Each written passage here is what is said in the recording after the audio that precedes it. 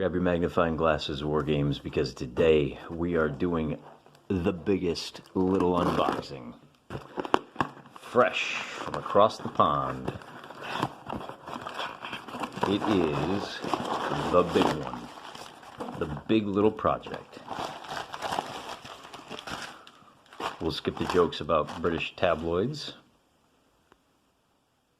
And we'll take a look at what we got.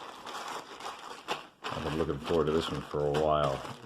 Handily labeled for you by good old Ian and the rest of the crew over there. Napoleonics in a box. Love it. Before we get to that though, I ordered a couple of little odds and ends. I thought I ordered a couple of odds and ends. Hang on a second. I did. I got it all sorted out now. I know exactly what's going on here. So, what you are looking at in these 5 bags is a complete army for the Austrians, Prussians, Russians, British, and French in 2mm scale. I'm getting into Napoleonics and I'm doing the big battalions. I'm doing Grand Strategic. I did a video the other day about the Trojan War, about the Trojan succession, and about all of the kings that are trying to become the lords and masters of the continent of Tros. And here are the forces that they'll be using. Normally, Napoleonic era, it's named after a French dude. Alright, yeah, I get it. He's the Corsican. But I'm going to go with the British first. And I've, fresh out of the box, people, never seen these before. And now we're going to play the focusing game. Come on, camera. I believe in you. You just have to... Alright, I think I got this licked. What you're looking at there is a cavalry. And I'm going to throw down a little 1-inch base just to give you a real appreciation for how small these guys are. Now, what they lack in stature, they more than make up for in... What would you call this? I mean, by the time I get a bunch of these guys onto a base, that little 1-inch base is absolutely going to look like a cavalry stand. The rules that I'm interested in, and I think even already you can see which way those horses are facing. That's even without any paint on them. Once we get a little paint, they're going to look simply smashing. And again, these are Brits. Not so much known for their cavalry as they are known for their infantry. Look how tiny these guys are. Hey, there's some more. I can't even tell which ones are infantry and which ones are cavalry. There's your infantry block right there. Nice little flag. Close order. Although I'm a little surprised. These Brits are in 3 ranks, and the Brits were notorious for going with more of a 2 rank, and then I think what we're going to wind up doing is just dropping. Now, of course, the whole point of the era of big battalions is that you had big battalions. So what we'll wind up doing is counting them out, figuring out how many we got, and at the end of the day, we'll probably wind up doing something a little more like this. So you're looking at, what do we got? Let's count. 1, 2, 3, 4, 5. Looks like 2, 4, 6, 8. About 30 guys. So this little 1-inch stand, each strip is 30 guys. I've got 3 of them. There's almost 100 guys on this stand. So if we're doing 1 figure equals 10 man, you're looking at 900 guys on that 1-inch base alone. Now, of course, no Napoleonic would be complete without... Well, here's a nice square one. Let's take a look at him. That is a little bit of artillery. I think you can see he's aiming at the bottom of your screen. A little bit of shine. There's a couple of, there's a guy There's a couple of other guys that are manning that cannon.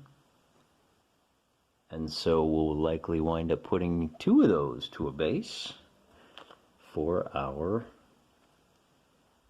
artillery guys. I don't know how many are included. I'll have to separate them out, glue them down, make sure they're all aiming the same way, and probably just 2 to a base, something like that. Let's pull it back a little bit so we can put our fire markers on it, leave a little space for that.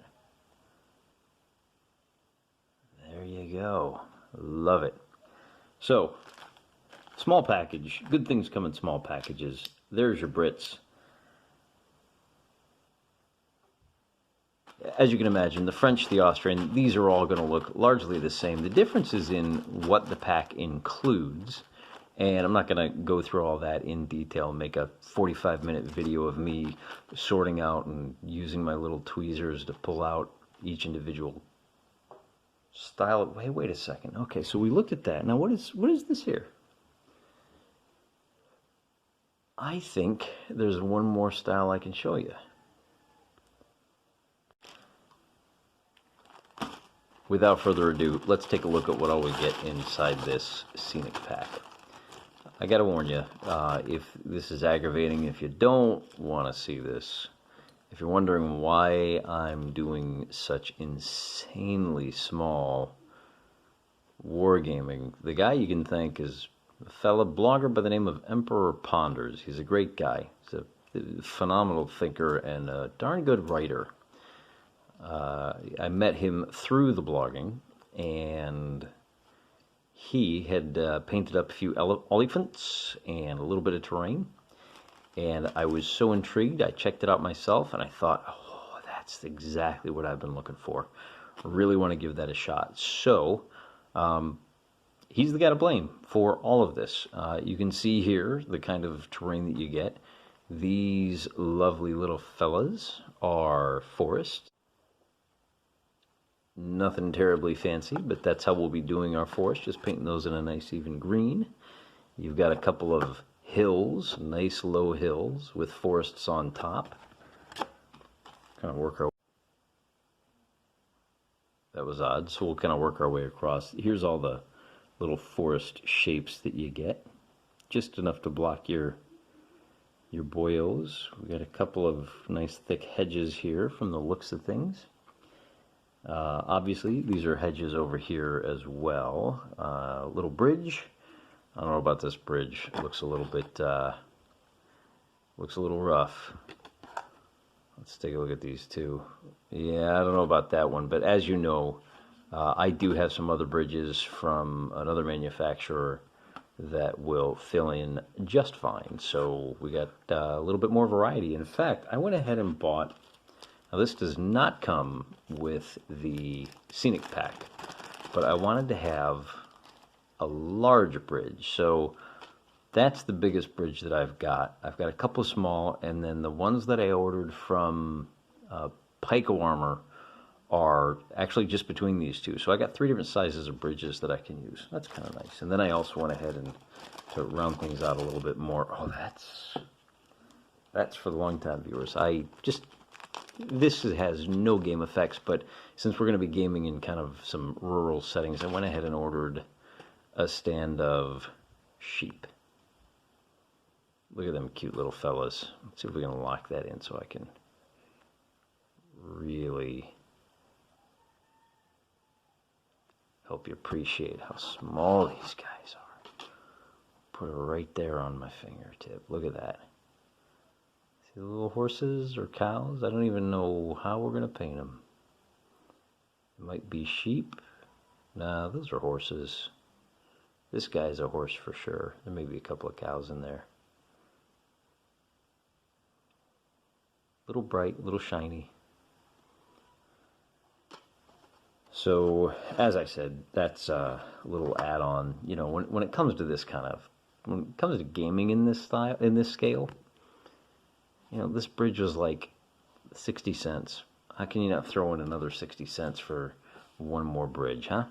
So we got forests, we got hills with forests. One of these hills has a... Where'd it go? Here, this hill. This bad boy right here has a little farm on top. See the little farmyard right there? Little pasture land outside. So we'll paint that up nice. It's got a little farmyard there. And then we move on to, here's a nice little bridge with some, is that a bridge keeper's hut on the side?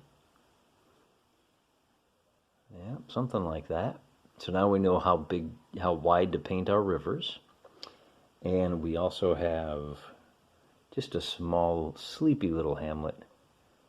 Tiny little guy. He's got a little church, which is good. We like churches. Here's a little farmer's compound, or is that another church? And I think that's another churchyard. And then we've got a slightly larger farmstead nestled in among the trees. Oh, nope, it's another church. A lot of countryside churches in this pack. I love it. That is definitely a good thing. If you're gaming in Europe, you're going to need a lot of those. Here's a slightly larger town. Unbelievable. This building right here, I don't know if I can even get close enough to make it focus on that. It looks like it's full of holes. Trust me, it's not. This building right here that I'm tapping has doors and windows carved in it. It is so tiny, and they didn't just give you the building. I mean, that building itself, it's so small it doesn't even come up to my 0 centimeters mark. That's fine if it doesn't. We'll show you in real. It's a 1/4 inch high. It's 1/30. Oh, that's nuts. It's not even a 1/4. It's 1/8 of an inch high. How are we going to paint that? I'll tell you how we're going to paint it. We're going to paint it gorgeous. There's another little bridge with a... Is that another little country church, or is it a little country home on the edge of the bridge? So we can put that. Lots of bridge crossings. Going to have to paint a lot of rivers. So there is a good look at what you get in the scenic pack. And one more big piece of terrain that I threw into the pack because, man, I didn't realize... If I had known that this scenic pack came with so many churches, I might not have ordered the packs from Pico Armor.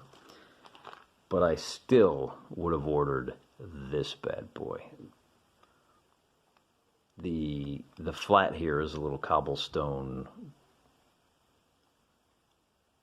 courtyard that surrounds the cathedral. I don't even know where that's going to go, but it was too nice to pass up. And like I said, a whole lot of what we do, because our guys are so low to the ground. I mean, our forest is it doesn't even rise to the 1/4 of an inch from the table. I wanted to have a little bit of height on my table, and I thought, why don't we go ahead and throw the big boy down there, the Cathedral of Notre Dame on the continent of Tross. So there you go, an early look at my new lead molehill. It's certainly not quite a mountain. And what we have to look forward to in our painting and crafting over the coming weeks. And once it's ready, we will kick off the big campaign. Hey, I want to show you one last thing. One last little bit. Has nothing to do with this project. What you're looking at here is a shot at somebody that could fill in as the Magic Space Baby for the Adventures of the Black Raven. I thought I'd take a flyer, sight unseen, on the 2mm trolls, and to give you an idea how big these guys are not. They're giant. Look how enormous they are. Oh, I'm sorry. These are 6mm trolls. So the fact that they stand approximately a full centimeter tall, that should tell you that they're giant for 6mm. Well, they're big for 6mm boys. For 2mm, they're literal giants. But as you can see, not quite what I was hoping for. They are armed with clubs and spears, and just not going to work for my Magic Space Baby. But again, it costs like 20 cents to throw this into the pack. 40 cents maybe at the top, at the most, 40 cents is nothing. I got 40 cents that I could dig out of my couch cushions without even missing it. So why not take a chance? And if it doesn't pay off, that's okay. Now we know. And who knows, we may go ahead and throw these guys in as some kind of a little ankle biters in the fantasy going up against our 15 millimeter guys, right? They could be kobolds, about 2/3 the height of a normal human, about the size of a halfling. So lots of things we can do with them. We'll find a way. Finding solutions to problems we didn't even know we had. That's what we wargamers do. That's all I got for you today.